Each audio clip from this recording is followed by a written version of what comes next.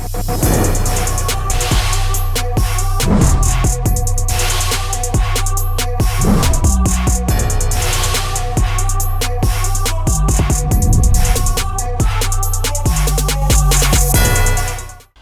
guys, welcome back to the barn. Today we're talking about recovery in strongman. So big topic, especially after the big fellas have made focusing on your recovery a lot more important. I get a lot of questions on Instagram and YouTube about what recovery you should be doing for strongman. So let's have a quick look at why we should be recovering between sessions and then what maybe modalities you should be looking at. Okay, so why do we need to recover between sessions? So you've trained in the gym, you've worked really hard, you've broken the muscle down, you're leaving the gym a lot weaker than you were when you walked in. You don't get stronger directly after the gym, you're actually weaker, your body's broken down, it's had to break down muscle, you've torn fibers, you are fatigued centrally as well as kind of locally in the muscle. You need to do the recovery work to effectively allow for the adaptation to happen. Okay, so you've provided the stimulus, your body's trying to produce the response, and from that response, then you're going to adapt, and the adaptation we're looking for is to get stronger. The recovery work is going to reduce the amount of time it takes between sessions for you to be able to train again on that muscle group. If you're doing a body split, or if you're doing like we do with a kind of a large group of exercises like strongman training, it's going to allow you to be able to train more frequently and be stronger for the next session you're going to be able to do it to. If you're able to train more frequently a muscle group, you're able to train it maybe twice in a week rather than just once, then you're going to be getting a lot more opportunities within the whole year to be able to train that muscle group or that movement to be able to get better at it. So take deadlifting for example, it's a very, very stressful movement for the body. If you can only deadlift once every 10 days because you're completely wrecked from it, you're going to lose a lot of deadlift sessions over someone who could deadlift every 7 days. It's more being able to do more work and more sessions over a whole year. So there's a couple of different reasons why we'd actually look to do recovery work and the main goal of it. You'd look to restore. So when we look to restore, we're looking to restore the body's muscles with kind of glycogen, energy, amino acids, get the protein back there to allow for protein synthesis, increase our ADP to ATP, so allows our muscle cells to recover in terms of their preferred source of fuel and energy. We're also looking to reduce inflammation. So obviously we need some inflammation as a result of training to allow for a bigger adaptation. That's the body's response. It's the classic case of icing something as soon as you've injured it. Well, the body has worked out it needs that inflammation to drive up kind of white blood cells and different markers in the blood to be able to improve and to recover and heal. So we need to allow for some inflammation, but yes, inflammation or heavy inflammation is going to get in the way of us being able to perform again, especially if we're doing consecutive days in a row. A final way we're looking to recover is through down regulation. So, down regulation in terms of putting yourself into a state of recovery. So, when you train, you might be in a state of excitement in terms of being in a fight or flight situation. If you don't get back into a rested recovery state or a parasympathetic dominant state, then you're going to really struggle to recover between sessions because you're always on edge. Your heart rate is always getting you ready to be able to fight or be able to run away from something, So you need to be able to take yourself down a little level to be able to relax and allow for recovery to happen. All right, so let's look at some examples from each of these different topics. Obviously the restore, reducing inflammation, and then self-down regulation. So in terms of restoring, obviously that's your nutrition every day. You're looking to drink water, eat food, vitamins, minerals, etc. in your diet, all those smaller little bits, as well as the larger macros, your carbohydrates, your proteins, your fats, into your diet to make sure that you are restoring the muscle as much as possible. In terms of reducing inflammation, here's your classic kind of cold water immersion or cryotherapy, which we'll go on to a little bit later. And then down regulation, you're looking at things like meditation, you're looking at yoga, going for a walk, socializing with other people, massage as well has some benefits here. But the underlying thing for all of these is sleep. So sleep is by far the most important thing you can do for your recovery.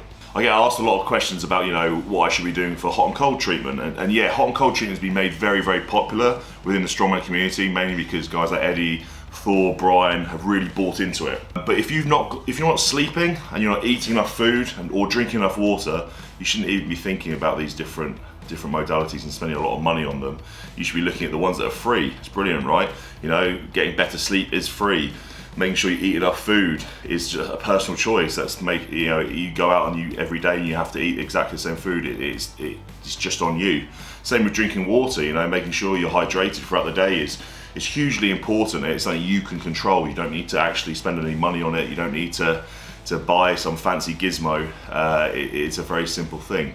Another option for increasing blood flow, which is again free, is going for some low-level conditioning, might be walking or a low-level circuit in the gym. But yeah, going for a walk or a jog if you're able to. Not many strongmen will be going for that. Is a great way of increasing your heart rate, increasing blood circulation, which allows for that restoration of the muscle. It allows for the removal of inflammation, all these things that we're looking to do. Doing some low-level activity, and various people have said to me that doing these yourself, where it's an active recovery, proves a lot more beneficial in terms of like feeling good the next day.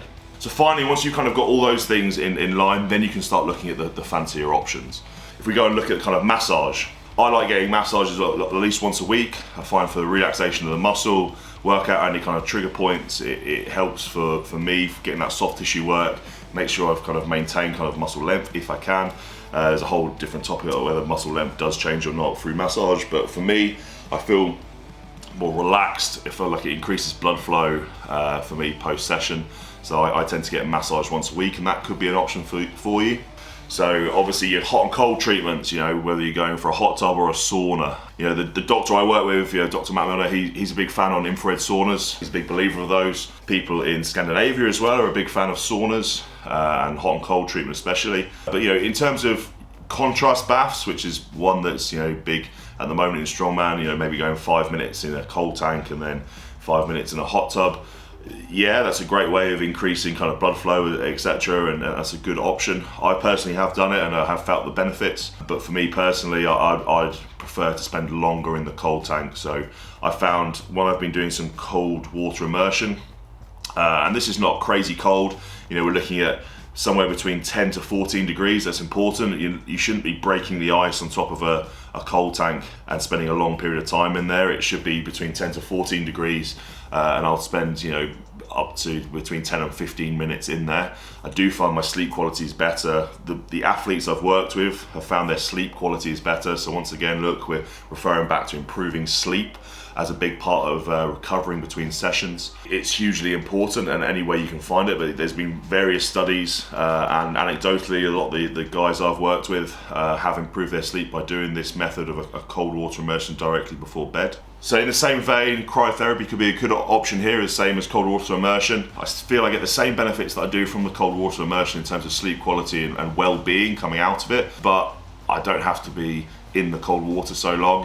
For example, I might do 15 minutes in the cold tank at 10 to 14 degrees, but in the cryo chamber down at Cryojuvenate in Kent, I'll tend to just go 5 minutes at minus 85 degrees, so a lot colder, but it's a shorter and it's a kind of a drier cold, if that makes sense. So it's a lot more comfortable for me. So yeah, it's another option for people maybe who aren't that comfortable going in cold water for long periods of time, because it's definitely not everyone's cup of tea. So one thing to bear in mind with both cold water immersion and cryotherapy is there are some studies that believe it might have a detrimental effect to strength training. Obviously, with the goal in strength training to get stronger, and we're having a massive stimulus, we go back to our stimulus response adaptation chart. What we're effectively doing is constantly reducing the amount of inflammation in the muscles directly after training. We're going to effectively reduce the response to the stimulus, which is not really what we want to get a big adaptation. So there has been some studies that have found that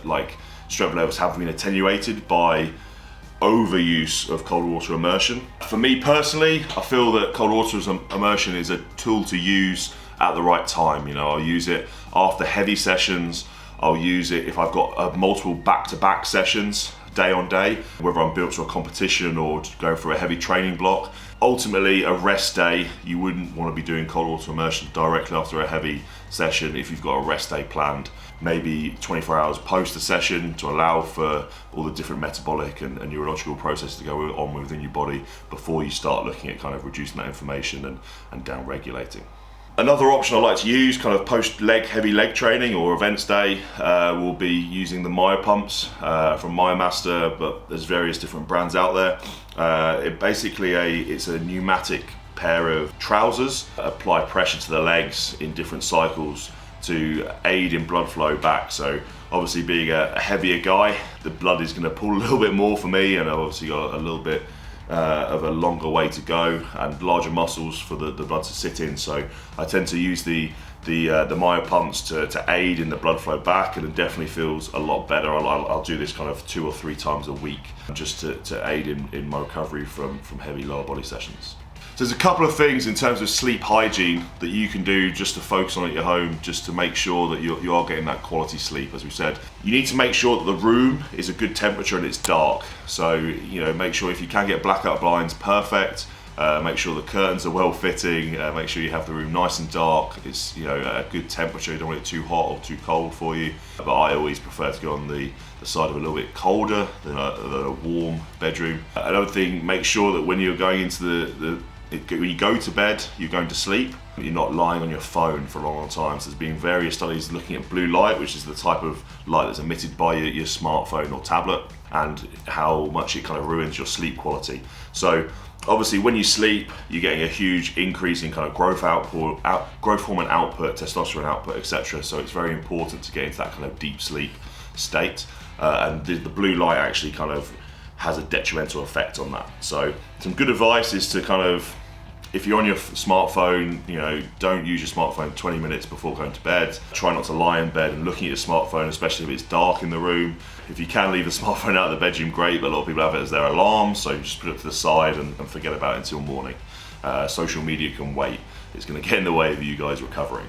So the biggest thing with recovery is finding things that work for you and then sticking with it. The vast majority of studies struggle to find concrete evidence on one method working better than the rest. They may allude to them giving moderate increases. So for example, even cold water immersion that's had various studies with elite athletes, it shows maybe a moderate improvement in kind of counter movement jump performance in training, a moderate reduction in inflammation, a moderate improvement in well-being. But a lot of these studies aren't concrete, so it's about finding something that works for you and sticking with it, because ultimately the mind is a powerful thing. If you do something and you feel more recovered, then you are more recovered, you're ready to train again. So this is a hugely important factor that people forget about. You need to be able to believe that what you're doing with your recovery work is going to make you a better athlete. Whatever you do, whether that's compression garments, you know, cold water immersion, hot and cold, heat treatment, massage, cryotherapy, whatever different modality you want to use, if you believe in it and you find it works for you personally, then you're going to be more recovered, because the mind is a powerful thing. It's going to make you feel better for your sessions, and that's all we're really looking for. So thanks for watching, guys. Hopefully that's kind of cleared up a couple of the myths and the different kind of questions you guys have had about recovery work. You're looking to restore, reduce inflammation at the right time, and also to down-regulate, to relax when you're away from the gym. So thanks for watching, guys. Make sure you subscribe to the video, like it if this has helped you, and let me know what different kind of recovery modalities you find help you the most, you personally, not what you've read someone else helps. It's all about you, this.